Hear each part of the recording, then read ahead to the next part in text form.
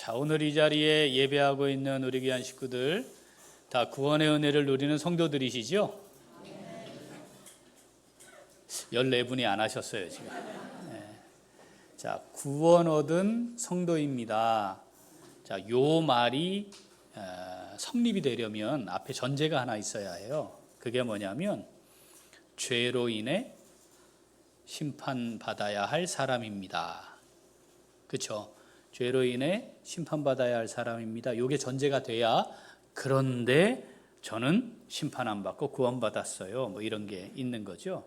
그러니까 죄에 대한 인식이 있어야 구원이라고 하는 게 존재를 합니다. 아프지 않은데, 아픔이라는 게 없는데 약을 드세요, 이게 말이 안 되는 거와 같은 의미가 되겠습니다. 자, 죄에 대한 인식이 있으면 자연스럽게 정서적인 반응이 나타나게 돼 있는데, 죄로 인해 나타나는 정서적 반응을 죄책감이라고 합니다. 그런데 일반적으로 이 죄책감은 부정적인 정서로 이해가 돼요. 그래서 잘못했다, 이거 문제다, 또는 후회된다, 부끄럽다, 이렇게 부정적인 정서로 이해가 돼서 죄책감이라는 단어가 그다지 좋은 어감을 갖지는 않습니다. 이 죄책감, 죄에 대한 인식과 죄책감이 있을 때 이걸 제대로 해소를 하지 못하면, 해결하지 못하면 문제가 좀 심각해지기도 하잖아요. 자기 비하, 나는 문제야, 틀렸어, 나는 안 돼, 이렇게 되기도 하고, 우울감에 빠지기도 하고요. 불안, 불편, 이게 시작이 되면서 나중에 해결이 안 되면 우발적인 행동에까지 이어집니다. 자, 대표적인 성경에 그런 사례가 있죠. 가룟 유다가 그래서 자살을, 스스로 목을 맸죠. 그런데 이 죄책감이 굉장히 긍정적인 작용도 합니다. 우리가 느낌은 정서적으로 부정적으로 받아들이지만 굉장히 긍정적이에요. 만약에 죄책감이라고 하는 게 없다면 나의 문제를 보지 못할 거예요.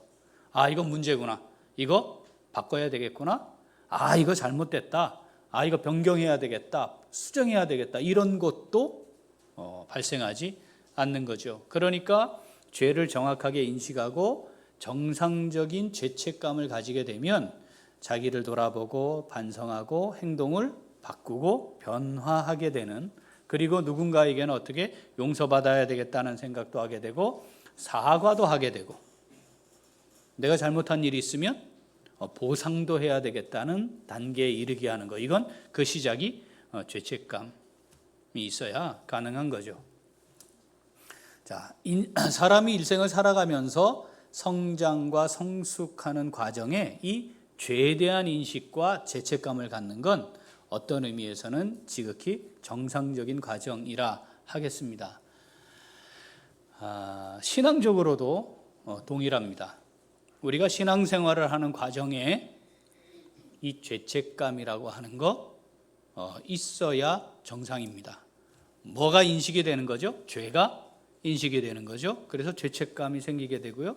죄책감을 가지고 있으면서 이제 긍정적인 작용을 하죠. 뭐예요? 나의 문제를 보고 내가 뭐가 잘못됐는지 살피고, 이게 문제였구나, 이게 잘못됐구나, 이건 내가 바꿔야 되는 거구나. 자, 이런 과정을 반복함으로 성장과 성숙이 일어나죠. 이런 과정을 뭐라고 부르죠? 회개라고 합니다. 죄책감이 없는데 회개하는 것 가능하지 않아요. 그럴 수 없어요. 왜냐하면 회개는 인격적이기 때문에 죄에 대해 인식하고 슬퍼하고 다시 삶의 방향을 돌이켜서 말씀 가운데로 나아가는 것이니까, 다시 말씀대로 새롭게 살아가는 것이니까 이 정서적인 거 반드시 회개 안에 포함되어 있는 것이죠. 자, 이 정상적인 죄책감으로 인해 회개에 이르렀던 대표적인 사람 누구죠? 베드로입니다. 그러니까 예수님의 죽음과 관련해 가룟 유다는 스스로 목을 맺고 베드로는 회개해서 위대한 사도로서의 삶을 살게 되었습니다. 우리가 신앙생활을 하면서 이 정상적인 죄책감의 정서가 반복되는 회개의 과정을 거쳐 가야 합니다. 이게 없으면 신앙생활이라고 말할 수 없습니다. 자, 우리 성경에 나타나 있는 인물들 중에 가장 정상적이고 성숙한 신앙생활을 잘 했던 사람 꼽으라면 누구를 들 수 있을까요? 여러 사람 들 수 있는데 그 중에 한 사람이 바울 아니겠습니까? 자, 그만큼 하나님의 말씀을 따라 믿음으로 주신 사명을 따라 자신의 삶 전체를 온전히 바쳤던 사람 있을까요? 아마도 글쎄요, 이런 생각이 드는 게 정상일 거예요. 그런데 그 사역자가 고백을 이렇게 합니다. 로마서 7장 24절 읽어보죠. 오호라, 나는 곤고한 사람이로다. 이 사망의 몸에서 누가 나를 건져내랴. 이게 늘 하나님 앞에서 되어지는 고백이었어요. 디모데전서 1장 15절 읽어봅니다. 미쁘다 모든 사람이 받을 만한 이 말이요, 그리스도 예수께서 죄인을 구원하시려고 세상에 임하셨다 하였도다. 죄인 중에 내가 괴순이라. 아멘.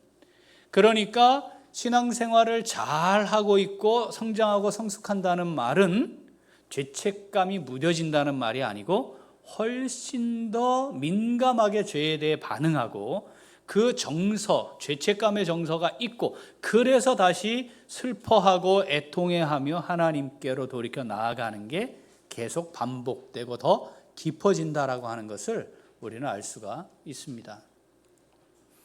이 죄에 대한 인식과 그로 말미암는 정서적 반응, 신앙생활에 있어 반드시 있어야 하는데, 자, 그 다음 이것이 회개를 통해 다시 한번 신앙생활로 나아가게 하는 이 과정이 가능하려면, 이게 있으려면, 이런 신앙생활이 시작되려면 반드시 앞에 한 가지 무엇이 전제가 돼야 돼요. 이 조건이 있어요.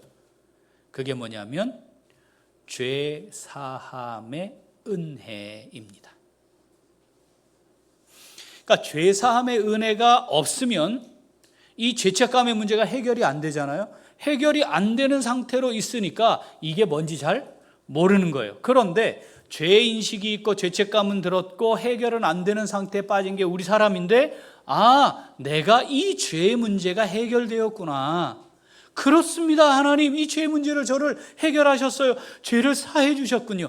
이게 인식이 돼야, 이게 확인이 되어야 비로소 이 신앙생활이라고 하는 사이클이 시작이 되는 거죠. 예수 그리스도의 속죄의 은혜가 반드시 있어야, 그게 확인이 되어야 신앙생활이 시작된 것이고, 그렇죠? 그 신앙생활은 어떻게? 계속 이것이 반복되어 일어나는 것이니까 결국은 예수 그리스도의 속죄의 은혜를 우리가 반복적으로 누리며 살아가는 겁니다. 반복적으로 속죄의 은혜를 누린다, 이 말과 바꿀 수 있는 말은 은혜에 감사하고, 반복적으로 속죄의 은혜를 누린다는 말은 은혜에 감사하고, 그 다음 그 은혜에 보답하며 사는 겁니다. 우리가 신앙생활을 지금 정상적이고 제대로 성장과 성숙의 과정을 이어가고 있다면 뭐가 확인이 돼야 되는 거예요?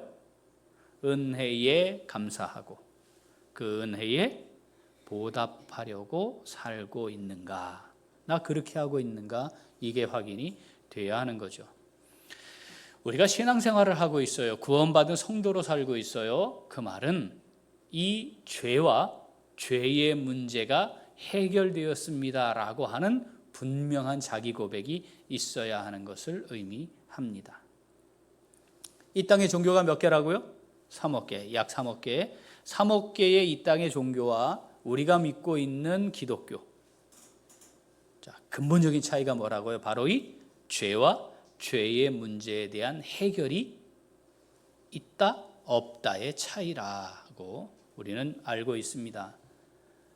자, 우리가 복음을 전하는 삶을 살아야 합니다. 당연히 해야 하는 일이죠. 그렇죠? 우리가 가야 하고요, 모든 민족을 대상으로. 그리고 그들을 제자 삼는 삶을 살아가야 합니다. 그게 이 땅에 존재하는 이유이기도 하고 교회가 있는 이유이기도 하잖아요. 주님의 명령이니까. 자, 그런데 복음을 전한다 할 때 우리가 뭘 도대체 전하는 것이냐. 지금 우리가 태신자를 품고 있고요. 전도하려고 하고 있어요. 뭘 전하는 것이냐. 그건 내가 지금 누리고 있는 그걸 알려주는 것인데 이 핵심 본질이 분명해야 한다. 자, 이걸 하나님이 어떻게 보여주셨는가 하면 베드로를 보내어 고넬료에게 복음을 전할 때 이 핵심 본질을 증거하게 하셨습니다. 자, 사도행전 10장 42절 읽어보겠습니다. 우리에게 명하사 백성에게 전도하되 하나님이 살아있는 자와 죽은 자의 재판장으로 정하신 자가 곧 이 사람인 것을 증언하게 하셨고. 보내요. 뭘 증언하게 했대요? 살아있는 자와 죽은 자를 심판하실 재판장이 누구다? 예수다 라고 하는 걸 증거하게 했대요. 예수님이 재판장이다. 이 말은 뭘 하시겠다는 거예요? 재판하시겠다는 거죠. 심판하시겠다는 거죠. 뭘 심판하시나요? 죄가 있다, 죄가 없다. 그래서 너는 죄가 있으니 영원한 심판이다. 너는 죄가 없으니 영원한 생명이다. 자, 이걸 재판하시는 거예요. 누가 그걸 하신다고요? 예수님이. 우리 아침에 예배드리고 시작할 때 초반부에 항상 뭐 하죠? 신앙 고백하잖아요. 거기에 우리가 매주 하는 신앙 고백 내용이 들어가 있죠? 거기로부터 산자와 죽은 자를 심판하러 오실 것을 내가 믿습니다. 자, 구원받을 자, 심판받을 자, 예수님 어떻게 판단하시나요? 뭘 근거로? 자, 죄가 있다 없다예요? 엄밀히 말하면 아니에요. 그죠? 죄 없는 사람이 있나요? 없어요. 죄 안 짓는 사람이 있나요? 없어요. 그러니까 죄가 있다 없다의 문제가 아니고 죄는 다 있는데 죄 사함을 받았냐 받지 않았냐입니다. 너 죄 사함 받았네. 구원. 넌 죄 사함 못 받았구나. 심판. 이걸 결정하시는 거죠. 죽은 자들이 이미 심판 받았고요. 우리 산 자 심판받을 겁니다. 앞으로 살 자들도 심판받을 겁니다. 이 심판에서 예외되는 사람, 제외되는 사람은 존재하지 않는다, 이런 뜻이에요. 모두가 다 심판을 받을 것이다. 자, 그렇다면 죄사함의 은혜를 누렸느냐 그렇지 않느냐, 이걸 결정하신다는 겁니다. 자, 세상 법정은요, 몇 번 재판받을 권리가 있죠? 3번, 세상에서 1심, 2심, 3심. 그렇죠? 마지막에 받는 걸 대법원에서 받는 재판이라고 부릅니다. 1심, 2심, 3심 3번 재판하는 이유는 잘못 재판할 수도 있어서. 그죠? 재판은 누가 해요? 사람이 하잖아요. 판사가 사람이잖아요. 판단을 잘못할 수도 있어서. 그래서 실제로 재판이 결과가 바뀌기도 합니다. 그렇죠? 그리고 우리가 봐도 저건 이상한 판결이야 하는 것도 있잖아요. 그죠? 그런데 예수님의 재판은 한 번으로 완전히 영원한 효력을 갖습니다. 그러니까 우리가 주님 앞에서 재판받을 자이다. 재판정이신 예수님 앞에 설 것이다. 이것을 인식하고 사는 거, 이게 굉장히 중요해요. 그것에 대해 우리가 전해야 해요. 자, 그렇다면 그 재판장이신 주님 앞에 섰을 때 어떻게 우리가 구원을 얻고 영원한 생명을 누릴 수 있느냐? 43절 같이 읽어보겠습니다. 그에 대하여 모든 선지자도 증언하되 그를 믿는 사람들이 다 그의 이름을 힘입어 죄사함을 받는다 하였느니라. 아멘. 재판장인 주님 앞에 서는데 죄사함을 받은 자가 있는 거죠. 죄사함을 받은 겁니다. 죄를 안 지은 자가 아니에요. 죄를 지었으나 스스로 그 문제를 해결한 사람도 아니에요. 어떻게 됐다고요? 죄사함을 받는 겁니다. 기준은 뭐예요? 그를 믿는 것. 내가 죄를 지었으나 나의 죄를 대신에 내가 치루어야 할 그 벌을 주님이 대신 자기의 생명으로 죄값을 지불하시고 대신 받으셨다. 그래서 내가 더 이상 죄에 대해 심판받지 않아도 된다는 걸 믿는 사람. 네. 이게 죄 사함의 은혜고, 이 은혜를 누리는 사람, 재판장이신 주님께서 너는 구원, 너는 영원한 생명, 너는 심판, 이렇게 결정하시겠다는 거죠. 그의 이름으로 죄 사함을 받는 겁니다. 나의 의지, 나의 노력, 나의 수고로 받는 게 아닙니다. 사랑하는 귀한 식구들, 죄 사함의 은혜가 언제 있었습니까? 지금은 그 죄 사함의 은혜를 누리고 있나요? 오늘 아침 시작하면서 그 죄 사함의 은혜에 감사하셨나요? 죄 사함의 은혜에 감사했던 가장 최근은 언제입니까? 이 질문은요, 회개하셨나요? 라고 하는 질문을 다르게 표현한 겁니다. 이 죄 사함의 은혜가 다시 내게 새로운 은혜가 된다는 것은 죄에 대한 인식이 있었고, 죄책감도 있었고, 슬픔도 있었고, 내가 하나님의 말씀을 벗어났습니다. 제가 죄인입니다. 하나님, 제가 또 이런 허물을, 또 이런 죄를 범했습니다. 이게 있었다는 얘기잖아요. 제가 다시 말씀으로 돌이키며 하나님 뜻대로 살겠습니다. 하나님 용서해 주십시오. 이게 있어야 죄사함의 은혜가 새로워지는 것인데, 자, 죄사함의 은혜 언제 받으셨습니까? 언제 회개하는 시간이 있으셨나요? 회개하지 않는데 새로운 구원의 은혜가 주어지는 건 불가합니다. 이걸 역으로 설명하면요, 회개하지 않는데 신앙생활을 하고 있습니다. 이거 틀렸다는 말이에요. 회개하지 않는데 저 은혜 가운데 살고 있어요. 이거 잘못됐다는 말이에요. 신앙생활을 정상적이고 바르게 하고 있는 게 아니라는 말입니다. 성장과 성숙의 과정을 바르게 진행하고 있는 게 아니라는 말입니다. 그 과정을 거치고 나면 이제 이런 고백을 하게 돼요. 예수님 감사합니다. 죄사함의 은혜가 있는 사람에게 나타나는 첫 번째 반응은 감사합니다예요. 감사합니다.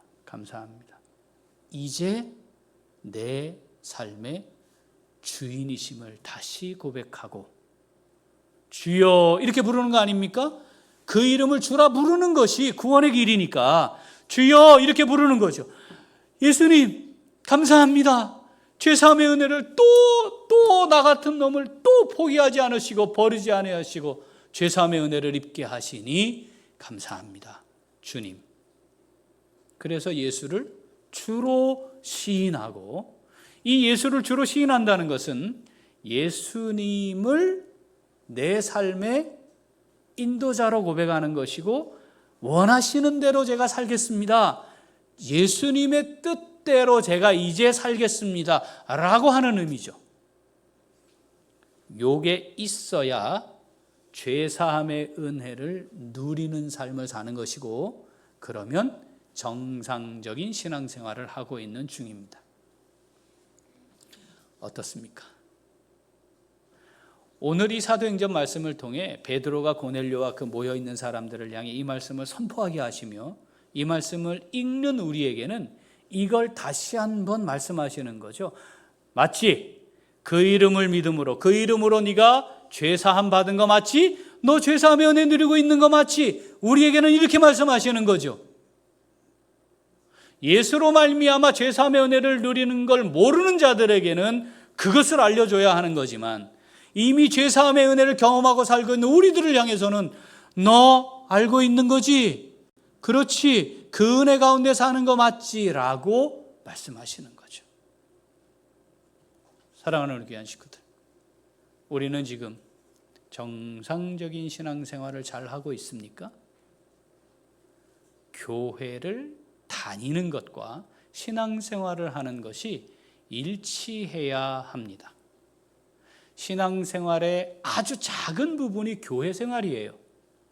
내가 살아가고 있는 시간의 95% 이상은 교회 밖입니다. 그나마 교회 생활이 5%도 되지 않는 시간을 여기서 보내고 있는데 이것마저도 신앙생활이 아니게 되면 나머지 95% 이상의 자리에서 신앙생활을 제대로 하며 산다? 굉장히 어려운 일입니다. 우리는 어떻습니까? 하나님이 우리에게 오늘 다시 한번 말씀하시는 거죠. 죄사함의 은혜를 누리며 살도록 내가 너에게 복을 주었는데 그 놀라운 은혜를 너에게 허락했는데 너는 어떠니? 말씀하시는 거죠. 예수 그리스도 그 이름을 믿는 자, 그 이름으로 죄사함의 은혜를 누린 자로서 이 은혜가 우리의 삶 가운데 날마다 확인되는 새로운 구원의 은혜로 풍성해지는 우리 모두가 될 수 있기를 소원합니다. 자, 이 말씀 우리에게 주신 말씀으로 받아 마음에 새기고 순종하는 성도 어떻게 해야 할까요? 같이 읽습니다.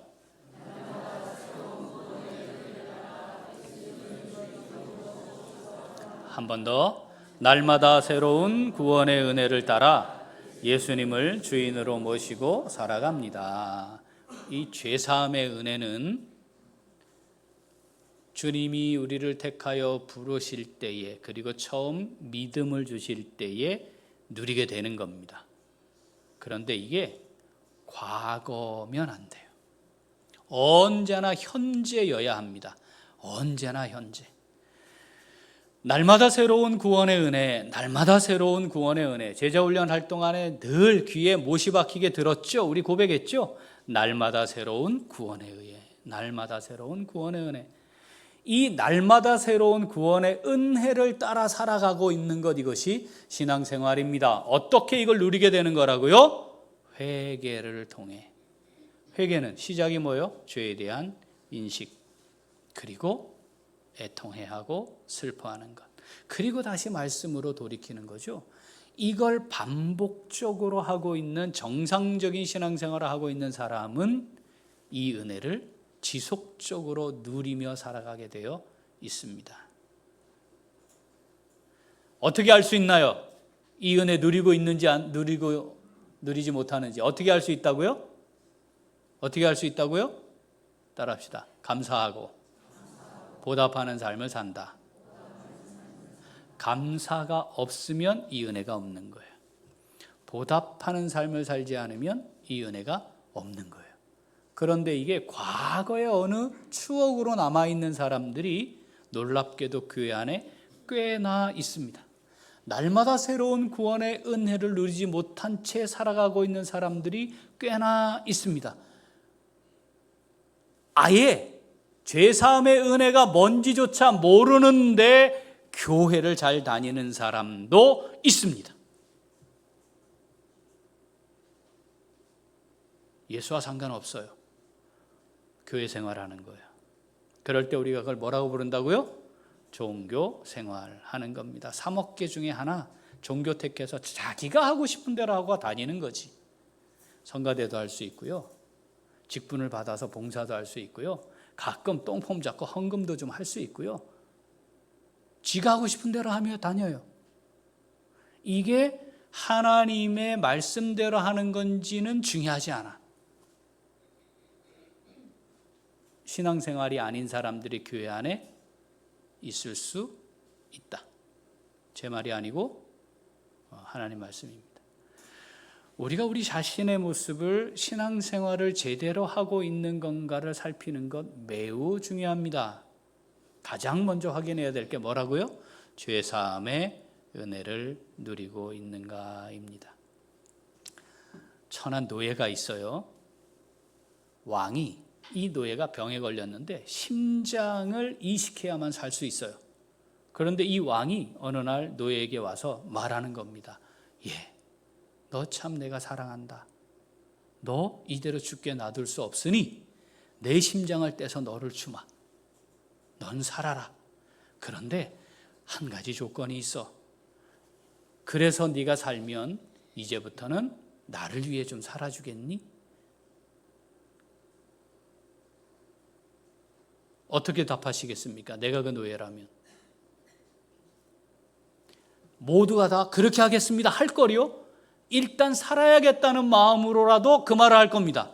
문제는 그 은혜로 받은 사람은 그를 위해 살 것이지만, 은혜를 받았으나 은혜를 잊으면, 잃어버리면 나를 위해 살겠죠. 이게 은혜를 경험 못했다는 거하고 다른 거예요. 이 경험한 거예요. 그런데 중요한 건 나를 위해 사는가? 그를 위해 사는 거예요. 고린도서 5장 14절 15절 읽습니다. 그리스도의 사랑이 우리를 강권하시는도다. 우리가 생각하건대 한 사람이 모든 사람을 대신하여 죽었은즉 모든 사람이 죽은 것이라. 그가 모든 사람을 대신하여 죽으심은 살아있는 자들로 하여금 다시는 그들 자신을 위하여 살지 않고 오직 그들을 대신하여 죽었다가 다시 살아나신 이를 위하여 살게 하려 함이라. 아멘. 왜 죽으셨다고요? 이제부터 우리 자신을 위해 사는 게 아니고 주님을 위해 살게 하시려고 죽으셨대요. 만약 우리가 그 주님을 위해 사는 게 아니면 주님의 죽으심이 헛수고입니다. 오늘 본문입니다. 로마서 14장 7절 8절 읽습니다. 우리 중에 누구든지 자기를 위하여 사는 자가 없고 자기를 위하여 죽는 자도 없도다.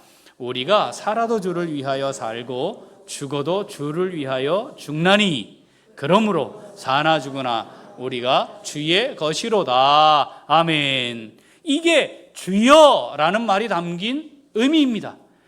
주로 시인하면 여기에 담긴 의미입니다. 살아도 주를 위하여 살고 죽어도 주를 위하여 죽는 겁니다. 왜냐하면 사나 죽으나 우리가 주의 것, 우리가 주여 이렇게 부르고 있기 때문입니다. 이것이 죄 사함의 은혜를 누리는 것이고, 이 죄 사함의 은혜가 과거의 추억이 아니고 오늘, 바로 오늘 새로운 은혜로 우리에게 풍성이 차고 넘치는 것, 그것이 신앙 생활이라고 말씀하고 있는 거죠. 사랑하는 우리 귀한 식구들, 우리 지난 한 주간만 좀 돌아보죠. 누구를 위해 살았습니까?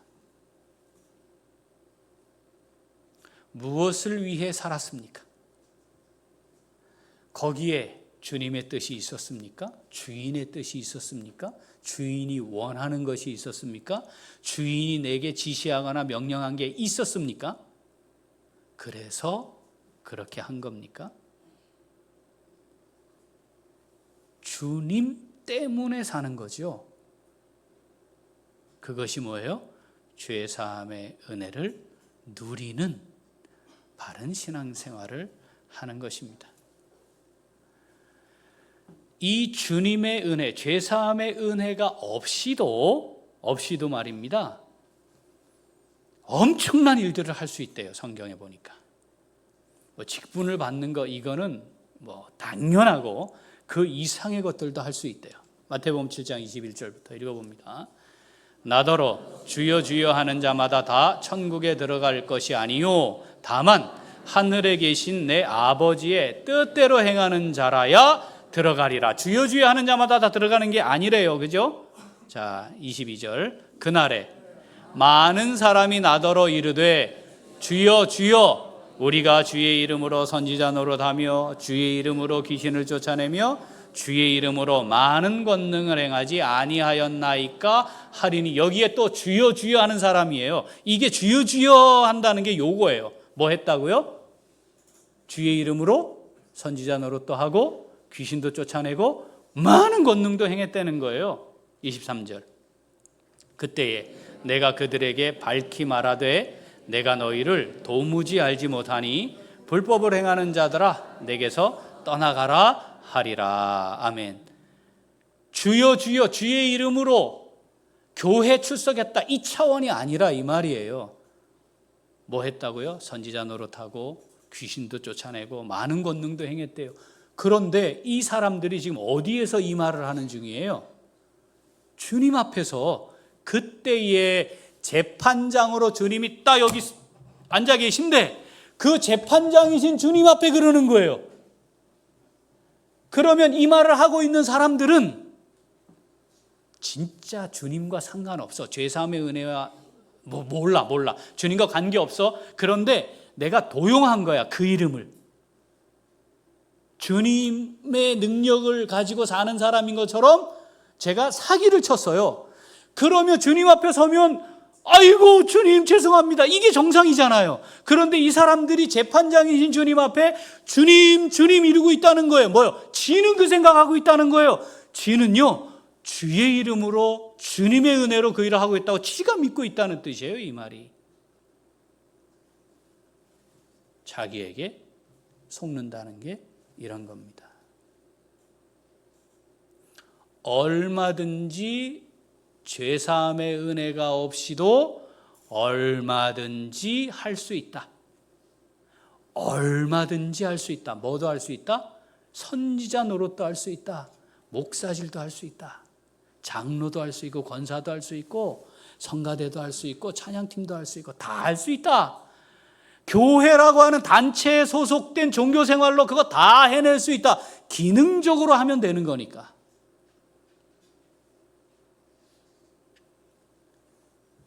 문제는 날마다 새로운 구원의 은혜를 누리며 하느냐다.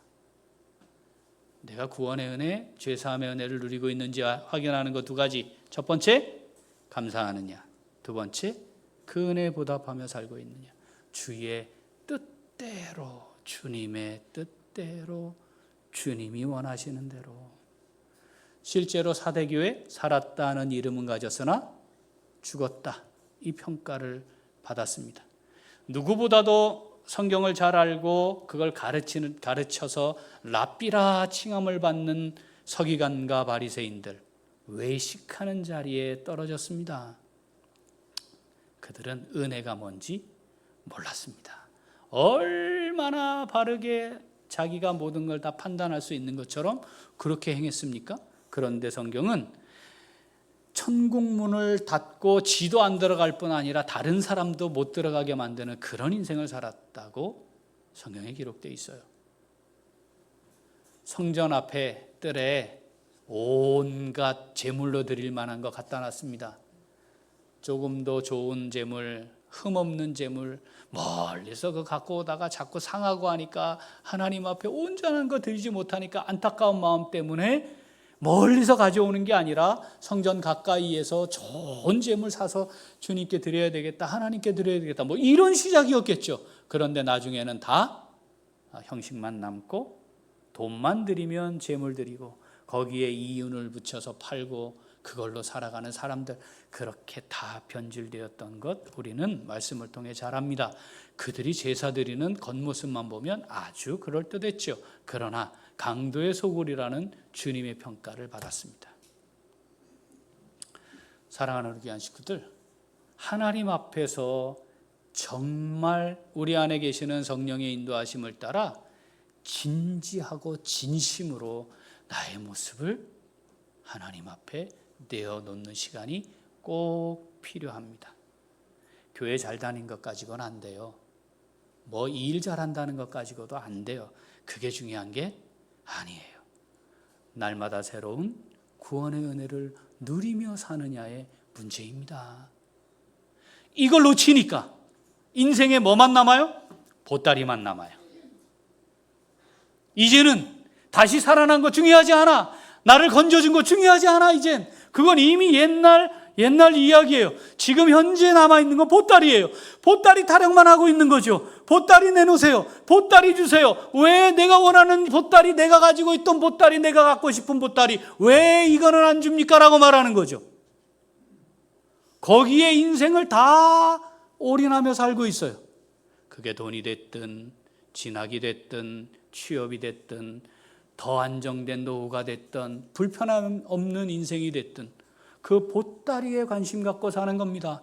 그러면서 주여 이렇게 부르지만 이미 그 주님이 종이 된 지 오래됐어요. 그래서 내가 계속 명령하는 거죠. 지시하는 거죠. 표현은 표현은 부탁하는 듯 하지만 엄밀히 말하면 명령하고 있는 겁니다. 나 이거 지금 하려고 그러는데 도와줘야지 뭐 하고 있어요. 나 이거 원하는데 이거 갖다 줘야지 뭐 하고 있는 거예요. 나 이거 하려고 하는데 이거 하게 해줘야지 뭐 하고 있는 겁니까? 결국 내가 원하는 대로 내가 하고 싶은 대로 인생을 살아가면서 가끔 주인이라고 하는, 주님이라고 하는 이름의 종이 필요한 겁니다. 사랑하는 우리 식구들, 어떻게 성장과 성숙이 계속해서 깊어지는 신앙생활을 바르게 하는 은혜를 누리는 삶을 살 수 있겠습니까?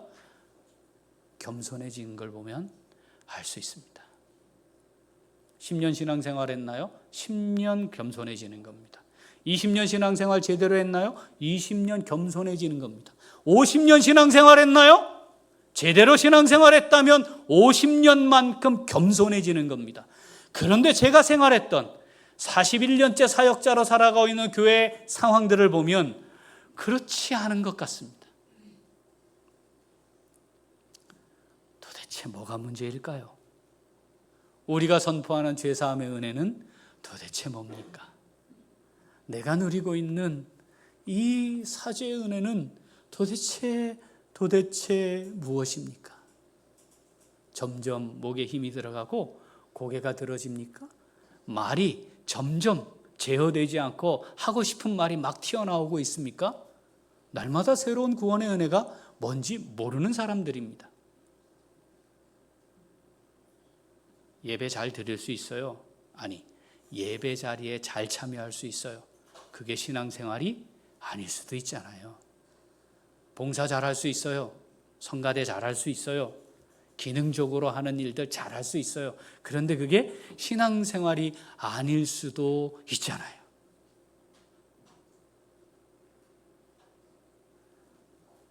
하나님 거지처럼 여겨서 내가 갖고 있는 돈 얼마 뚝 던져주면서 헌금하고 있다고 생각하나, 이런 한심한 수준에도 있을 수 있는 거 아니겠어요? 신앙생활을 신앙생활로 해야 합니다. 그 시작이 뭐예요? 죄사함의 은혜. 죄사함의 은혜. 사랑하는 우리 귀한 식구들, 날마다 새로운 구원의 은혜가 우리에게 풍성할 수 있기를 소원합니다. 정말 그 은혜 붙들고 삽시다. 그 은혜 때문에 살아갑시다. 내가 기대하고 바라고 원하는 거 하나님 우리보다 더 잘 알아요. 우리 부모로 살아봤잖아요. 자식들에게 그런 마음 있는 거 아니겠어요? 하나님 더 잘 아신다고. 내가 쪼른다고 되는 게 아니고 내가 원한다고 되는 게 아닌 게 많잖아요.